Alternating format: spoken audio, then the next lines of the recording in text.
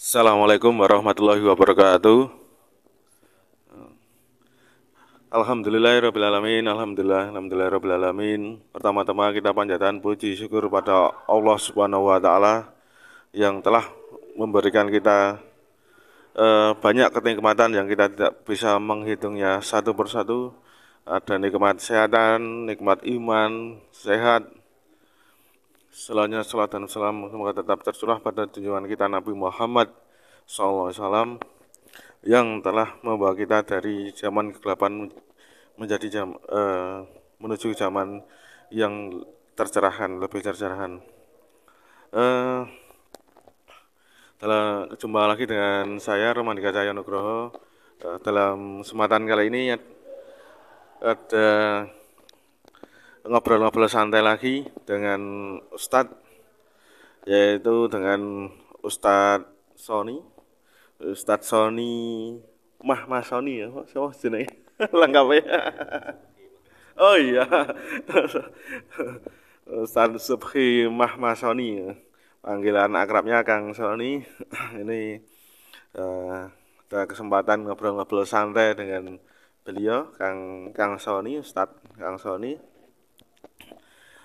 Beliau ini sehari-hari dosen atau ngajar di Universitas Islam Indonesia, ngajar pendidikan studi agama Islam atau mata kuliah agama Islam di Universitas Islam Indonesia. Kali ini kita ngobrol-ngobrol santai di Masjid Ali Iman Klebengan, Yogyakarta. Kondangnya sebelah utara Gor Klebengan atau yang lebih kondang lagi sebelah utara kampus UGM atau kampus UNY. Sudah banyak yang tahu. Dalam kesempatan ini pas sesuai momentum dengan bulan Muharram tahun baru Islam 1444 Hijriah, besar harapan yang kita bersama berharap dan berdoa dan berusaha semoga di tahun baru ini menjadi lebih baik lagi, insan yang lebih baik lagi daripada tahun-tahun yang sebelumnya. Sesuai dengan situasi sesuai dengan waktu-waktu ini, yaitu bulan Muharram, yaitu bulan tahun baru atau bulan bulan awal di tahun baru Islam di tahun Hijriah. Ada amalan-amalan yang itu sunnah atau diutamakan sebelum atau pas memasuki tahun baru Islam ini. Apa saja ya kiat-kiat di muhasabah atau bagaimana Ustadz? Terus amalan di bulan Suro ini, di bulan Suro atau istilah Jawa kan kita mengenalnya dengan bulan Suro. Kalau Islam kan bulan Muharram. Ada amalan apa yang di bulan Muharram ini? Monggo Ustaz, mohon pencerahannya. Ya, terima kasih pada Ustadz Roma ya, udah jauh-jauh dari Sleman Utara datang ke Klebengan ini, yang mana kita silaturahim. Dan tadi Ustadz Roma juga sudah menyampaikan, ya di masjid ya, sudah menyampaikan bahwa ini adalah tahun baru Islam, tahun baru Hijriah 1444, dan itu kaitannya erat dengan satu amalan-amalan, dan yang kedua adalah muhasabah gitu ya. Nah, yang pertama perlu saya sampaikan kepada seluruh netizen, seluruh pendengar setia dari saluran YouTube Kang Romandika Cahaya Nugroho, bahwasanya tahun baru Islam atau tahun baru Hijriah itu di masa Nabi sebetulnya tidak ada. karena baru muncul di masa Khalifah Umar bin Khattab. Jadi itu terjadi di tahun 17 Hijriah. Jadi kalau Rasulullah SAW itu wafat di tahun 10 Hijriah, berarti jeda antara wafatnya Nabi dengan munculnya atau kelahiran tahun baru Islam itu 7 tahun. Ya, Ustaz Roma. Ya, ada 7 tahun. Tapi bukan berarti kita ketika merayakan, memperingati tahun baru Islam itu kita hukumi bid'ah, tidak. Ya, karena kan ini tidak terkait langsung dengan ibadah mahdhoh ya, bukan ibadah inti. Ya, ini kan ya muamalah, ya tradisi, sepanjang itu tidak menyalahi akidah kita, tidak bertentangan dengan ibadah kita, ya nggak masalah kalaupun kemudian kita memperingati atau merayakan tahun baru Islam atau tahun baru Hijriah ini. Ya. Dan kenapa kemudian muncul muhasabah gitu kan? Ya, kita kembali lagi di masa Umar bin Khattab itu. Pada waktu itu Abu Bakar Al-Asy'ari, beliau itu menerima sepucuk surat dari Sayyidina Umar. Menerima sepucuk surat, tertanggalnya nggak ada, tanggalnya nggak ada, tapi bulannya ada, Sya'ban, tahunnya nggak ada juga. Nah ini bingung ini, Abu Musa Al-Asy'ari ini bingung. Lalu menemui Sayyidina Umar, wahai Khalifah, ini Sya'ban kapan? Sya'ban tahun ini, tahun kemarin, atau tahun kemarinnya lagi? Kan, gitu. Nah, ini bingung. Gitu. Nah makanya Umar pun juga bingung kan. Akhirnya para sahabat dikumpulkan, para sahabat berembuk, bermusyawarah, dan disepakati bahwa umat Islam harus punya kalender. Tapi muncul masalah kedua, yaitu awal mula kalender Islam itu dari mana? Perhitungannya dimulai dari mana gitu. Ada yang mengusulkan dimulai dari kelahiran Nabi, tapi itu ditolak. Kenapa ditolak? Karena kesannya mengkultuskan Nabi. Lalu yang kedua ada yang menyarankan wafatnya Nabi, itu juga sama aja ditolak. Karena kan hampir mirip ya dengan kelahiran, mengkultuskan. Tapi Sayyidina Ali bin Abi Thalib, khalifah yang kemudian menjadi khalifah keempat, menantu Nabi, sepupu Nabi ya, sahabat yang kita kenal sangat cerdas itu, beliau mengusulkan supaya tahun baru Islam itu patokannya adalah ketika Nabi Muhammad hijrah dari Makkah ke Yasrib, atau kemudian berubah nama menjadi Madinah, Madinatul Munawwarah. Yasrib itu kan nama yang dibenci oleh Nabi. Karena arti kata Yasrib itu adalah berhala, nama berhala itu Ustaz Roma. Ya, kemudian diganti menjadi Madinatul Munawwarah sampai sekarang. Nah, akhirnya ya itu tadi disepakati bahwa hijrahnya Nabi dari Makkah ke Madinah menjadi awal mula perhitungan tahun baru Islam. Hijrahnya Nabi dari Makkah ke Madinah menjadi momentum permulaan penanggalan Islam. Kalender Islam. Nah, dari situ kan kita bisa belajar bahwa sesuatu yang sudah terjadi di masa lampau itu kalau hal tersebut kurang baik, maka kita perbaiki untuk masa depan. Kalau itu sudah baik, kita pertahankan. Nah, ternyata di masa lalu itu Umar bin Khattab dan para sahabat yang lain tuh berkesimpulan, dulu kita nggak pernah punya kalender. Dan sekarang kita harus punya kalender. Nah itu kan berarti kan ada muhasabah juga. Nah itulah yang kemudian diterjemahkan oleh ulama-ulama kontemporer bahwa memperingati tahun baru Islam itu sah-sah saja sepanjang tidak ada hal yang menyalahi akidah, hal-hal yang menyalahi ibadah kita, mengganggu ibadah kita dan lain sebagainya. Nah makanya kemudian ya identiknya tahun baru Islam itu ya dengan muhasabah, introspeksi diri, evaluasi diri itu ya sesuai dengan Al-Hasyr 18 ya. Ya meskipun asbabun nuzul atau sebab turunnya ayat Al-Hasyr 18 itu gak ada hubungannya dengan tahun baru Islam. Sekali lagi wafatnya Nabi saja dengan kelahiran tahun baru Islam itu jedanya 7 tahun. Jadi kalau kita nyari ayat atau hadis yang menerangkan tentang tahun baru Islam itu hampir dipastikan gak ada, Ustaz Roma. Al-Quran sudah selesai, tapi Surah Al-Quran sudah turun selesai, tapi baru di 7 tahun kemudian baru baru ada peringatan itu ya. Leres, betul sekali. Ya, jadi kalau yang eksplisit nyambung langsung ke tahun baru Islam itu di Al-Quran maupun hadis Nabi yang sunnah itu tidak ditemukan.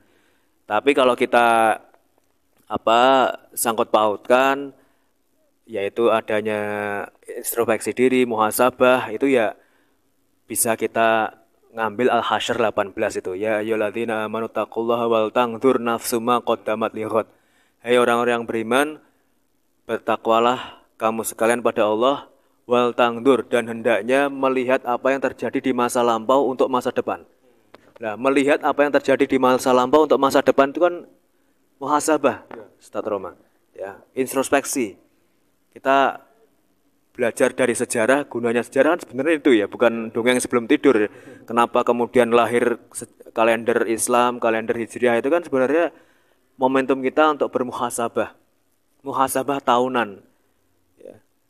Bahkan Nabi Muhammad sendiri juga menekankan pada kita semua melakukan muhasabah, tapi muhasabahnya bukan tahunan, Ustaz Roma, tapi lebih ke harian. Harian ya. Ya. Yaitu jelang tidur itu kita malah dianjurkan untuk istighfar ya. Merenungkan tadi seharian kita ngapain, apakah pernah berbuat dosa, menyakiti orang, mendolimi orang, mungkin berbuat kemungkaran, itu kan kita introspeksi ya. Tapi sayangnya kita kan kadang kalau udah ngantuk ya mak bleksek turu loh ya. Nah itu kan berarti kan muhasabah itu diajarkan oleh Nabi. Cuma bedanya Nabi itu harian, tapi ini tahunan. Nah, harian aja dianjurkan, apalagi tahunan. Ya, tahunan kan lebih general lagi. Jadi kita menghisap diri kita ya.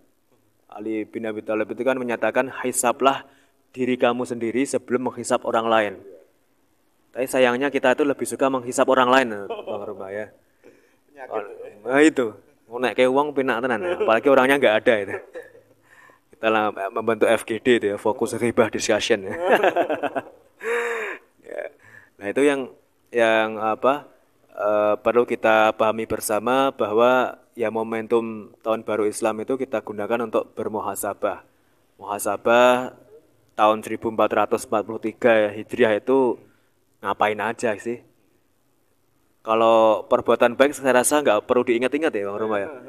Itu biar urusan kita dengan Allah aja lah. Biar kita udah yakin malaikat di kanan kita, Raqib itu udah mencatat itu aja lah ya. Nggak usah diungkit-ungkit lah. Tapi untuk dosa itu kita perlu mengingat-ingat ya. Supaya jangan itu kita lakukan kembali. Kalau itu menyakiti orang ya jangan sampai orang itu tersakiti lagi. Kalau bisa ya lekas minta maaf, nggak usah nunggu Idul Fitri gitu kan. Kadang kita tuh nunggu Idul Fitri boleh minta maaf, itu pun kadang minta maafnya lewat WhatsApp, itu pun lewat status gitu kan. Belum tentu orang yang kita sakiti itu baca status kita gitu kan. Nah, jadi muhasabah itu penting sekali. Coba kita bayangkan Ustaz Roma ya, kalau semisal tahun baru Islam itu misal, saya katakan misal, nggak ada atau mungkin tidak dianjurkan untuk diperingati, tidak dianjurkan untuk dirayakan, mungkin saja kita itu malah nggak introspeksi sama sekali setahun itu. Ya, itu kan. Makanya ya kita ambil hikmahnya saja, ambil positifnya. Ya meskipun di masa Nabi itu nggak ada, bukan berarti kita menghukuminya bid'ah ataupun sesat dan lain sebagainya. Jadi ini murni ya bagian dari ikhtiar kita supaya muamalah hubungan kita dengan manusia yang lain itu lebih baik ya. Karena ya itu tadi melihat kembali apa yang kita lakukan di masa lalu untuk masa depan sesuai amanah Al-Hasyr 18. Ya kalau kita ibaratkan Bang Roma mesti sering lah ya naik mobil gitu ya. Apa yang kita saksikan di kabin mobil itu, di dalam mobil itu kan sebenarnya mengimplementasikan Al-Hasyr 18 itu. Melihat masa lalu untuk masa depan. Di kanan kita ada spion. Kiri kita juga ada spion. Tengah ada spion. Tapi luasan spion kanan, spion kiri, dan luasan spion tengah kalau dijumlah tidak akan bisa menyaingi spion utama. Bukan spion utama sih, kaca utama. Maaf, saya ralat. Kaca utama, kaca besar yang utama itu. Nah, itu artinya apa, Ustaz Roma? Artinya adalah dari mobil itu itu kan yang mengimplementasikan Al-Hasyr 18, kita itu diminta untuk tetap awas, tetap waspada, tetap melihat ke belakang, tapi jangan sampai lupa masa depan yang jauh lebih cerah. Ya, melihat belakang oke, tapi jangan terus-terusan diratapi belakang itu. Ya, harus move on. Ya, kalau itu baik ya kita pertahankan, kalau belum baik ya kita perbaiki. Tapi kita harus tetap fokus masa depan, fokus ke depan. Tapi begitu juga sebaliknya. Jangan sampai kita tuh hanya fokus depan, belakang nggak kita tengok. Kita seolah-olah visinya sangat ke depan, visioner sekali, tapi kita nggak nengok dulu pernah ngapain. Karena pendosa berhak punya masa depan. Dan orang baik pasti punya masa lalu. Iya kan gitu. Ya kan nggak ada manusia sempurna kan nggak ada kan. Yang manusia sempurna kan hanya nabi saja. Kita semua pasti punya ya kalau kita sekarang orang baik ya, berarti kan kita punya masa lalu. Entah itu ngapa gitu kan, entah apa nyuri mangga tetangga gitu kan, atau bohong pada orang tua, itu pasti punya masa lalu. Apapun itu pasti punya. Orang baik itu pasti punya masa lalu, tapi orang jahat, pendosa Pak berhak punya masa depan. Ya, itu ya Al-Hasyr 18. Jadi kalau kita ngomongin muhasabah di tahun baru Islam ini panjang sekali Bang Roma. Ini nanti kalau terlalu panjang yang nonton sedikit nanti. Nah, selalu tadi Bang Roma sempat menanyakan ini juga ya, apa amalan itu ya Bang Roma ya. Puasa Asyura. Oh iya. Puasa Asyura ya, amalan. Jadi gini ceritanya itu Rasulullah SAW ketika pertama kali menginjakkan kaki di Madinah ya, atau baru awal-awal di kota Madinah itu tahu di Madinah kok banyak orang Yahudi yang mereka itu merayakan 10 Muharram, bahkan berpuasa. Ya, ya. Loh kok di Madinah kota suci, kota Nabi ada orang Yahudi. Wah, jangankan ketika Nabi barusan hijrah, Nabi wafat saja Bang Roma. Nabi wafat saja persentase umat Islam tuh hanya 40% loh. Jadi tidak mayoritas. Nah, sekarang kan mayoritas. Bahkan konon kabarnya non muslim aja nggak boleh masuk kan. Ya. Binatang yang najis saja nggak boleh masuk kan. Nah, tapi dulu itu masih persentasenya masih 40%, belum dominan. Nah, saya nggak akan bahas itu karena bukan itu tema kita. Yang ingin saya sampaikan adalah ketika Nabi Muhammad itu baru masuk ke kota Madinah atau ya awal-awal di Madinah gitu, beliau tahu bahwa di Madinah itu orang-orang Yahudi pada puasa di tanggal 10 Muharram. Beliau tanyakan pada salah seorang sahabat, ini ada apa orang Yahudi kok setiap 10 Muharram mengadakan acara atau mereka puasa bahkan. Lalu sahabat tersebut menjawab, wahai Nabi, orang Yahudi ini punya kebiasaan setiap 10 Muharram mereka berpuasa. Nabi langsung merespons, langsung jawab, loh, mereka puasa di tanggal 10 Muharram itu kan berpatokan kepada ceritanya Nabi Musa, kisah Nabi Musa. Jadi Nabi Musa itu Bang Roma, Nabi Musa itu memenangkan apa ya? Atau gampangannya ngomong, Fir'aun itu tenggelam di Laut Merah itu tanggal 10 Muharram. Nah, atau Nabi Musa berhasil mengalahkan Fir'aun gitu ya kalau dibalik ya. Nabi Musa berhasil mengalahkan Fir'aun di tanggal 10 Muharram. Belum lagi kalau kita lihat sejarah yang lain, Nabi Yunus itu bisa lepas dari ya itu 10 Muharram juga. Tapi kalau konteksnya orang Yahudi, tapi orang Yahudi itu puasa ya karena merayakan kemenangan atas Fir'aun. Itu tanggalnya 10 Muharram. Ya. Lalu Nabi Muhammad menyatakan, dibandingkan mereka orang Yahudi, kita itu lebih berhak untuk meneladani, mengikuti syariatnya Nabi Musa. Karena kita dengan Nabi Musa itu kan syariatnya sama. Iya. Bahkan Nabi Muhammad itu kan melanjutkan syariatnya Nabi Musa. Sama-sama betul, sama-sama menyembah Allah, tauhid. Nah, makanya kita itu lebih berhak daripada orang Yahudi itu yang berpuasa di tanggal 10 Muharram. Kalau begitu saya anjurkan kepada umat Islam, anjurkan pada umat Islam untuk berpuasa setiap 10 Muharram. Ya, atau kita terkenal dengan istilahnya puasa Asyura ya. Nah, itulah awal mula kenapa orang Jawa menyebutnya suro itu dari situ, Bang Roma. Ya kan orang nggak bisa kan bilang Asyura, Asyura, Asyura ya suro. Itu kenapa dalam bahasa Arab Muharram tapi bahasa Jawanya suro. Itu awal mulanya kan gitu.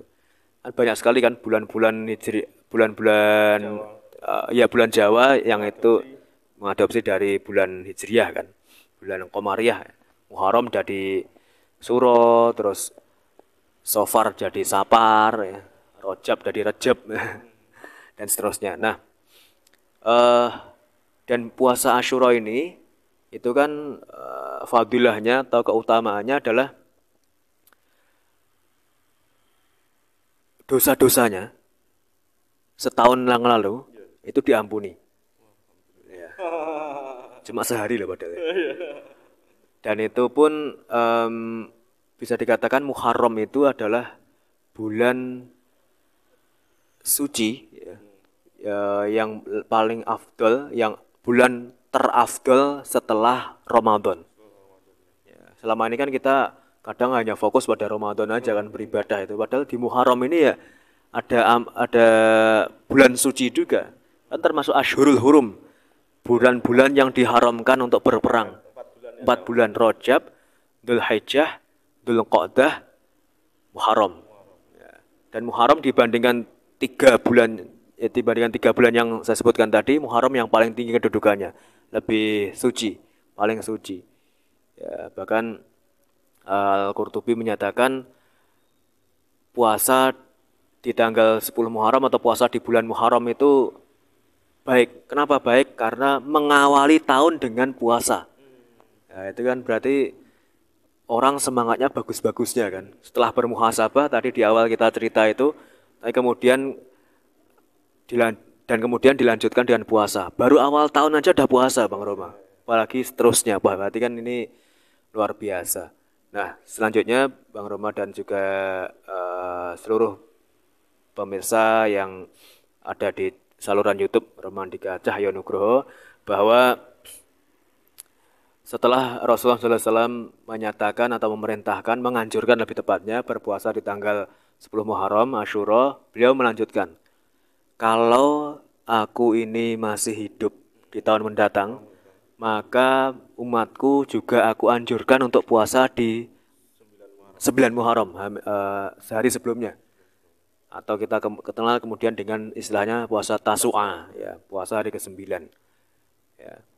Kenapa demikian? Karena Rasulullah konsisten, Bang Roma. Konsistennya apa? Bahwa umat Islam itu kan harus menselisih orang kafir. Nah, orang Yahudi itu puasa 10 Muharram. Harus beda.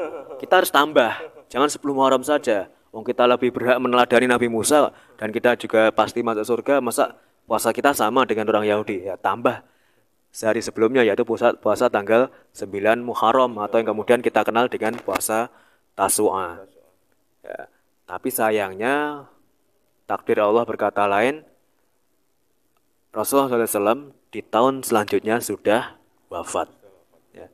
Tapi ya, bukan berarti kita ketika melaksanakan tidak dapat pahala. Enggak, tetap dapat pahala. Ya, itu kan istilahnya sunnah takririyah ya. Sunnah karena berdasarkan kesepakatan atau persetujuan, saya ralat ya. Sunnah berdasarkan persetujuan Nabi.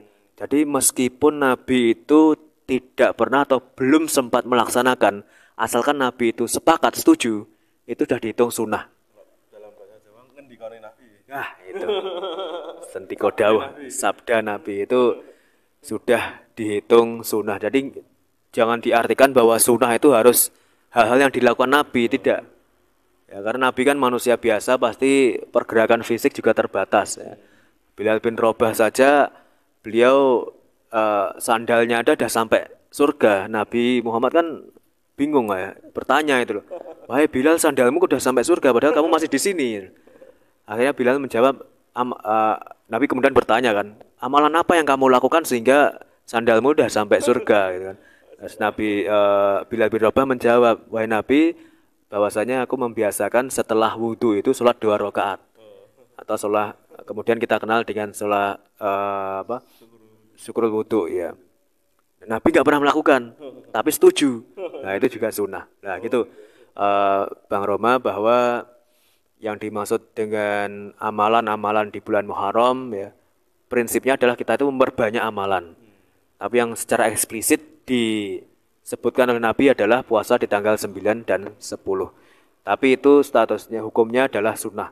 Kalaupun kita mungkin ada halangan atau mungkin kerjaannya cukup berat atau mungkin dalam perjalanan atau mungkin ya ada hal yang kemudian menghalangi kita untuk melaksanakannya, ya nggak usah dipaksakan, ya, nggak usah menyesali juga, ya karena kan itu mungkin dah menjadi bagian dari takdir Allah. Ya kalaupun dikasih kesempatan waktu luang sehat, nggak dalam kondisi perjalanan, nggak sakit, ya sebagai bentuk syukur kita supaya dosa-dosa kita diampuni di tahun yang lalu, setahun yang lalu, dan sebagai bentuk menghargai Nabi dan juga ya bersyukur atas kemenangan Nabi Musa, kita puasa di tanggal 9 dan 10 Muharram gitu sementara Bang Roma. Kalau puasa 10 Muharram saja nggak apa ya.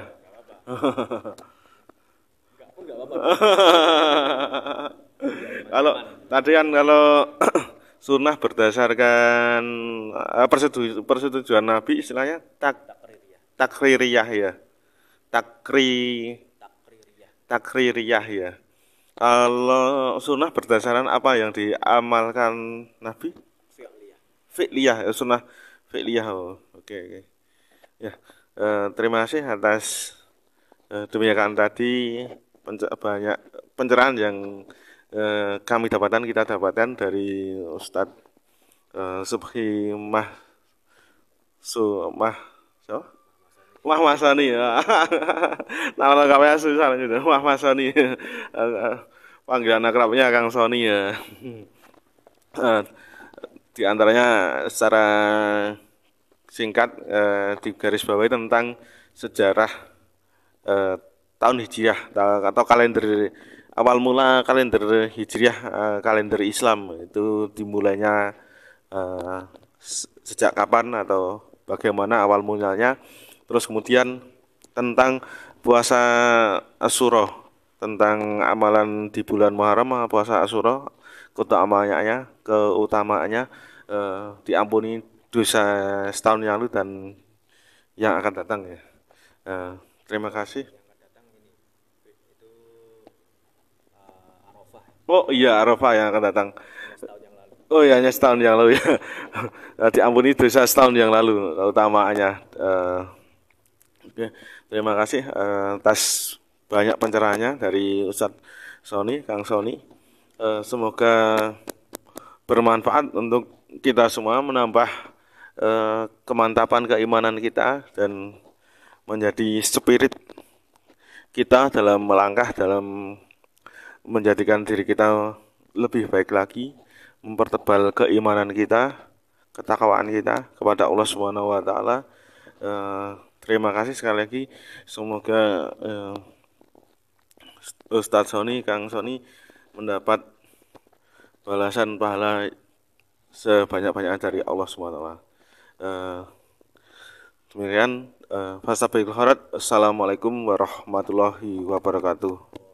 Salam warahmatullahi wabarakatuh.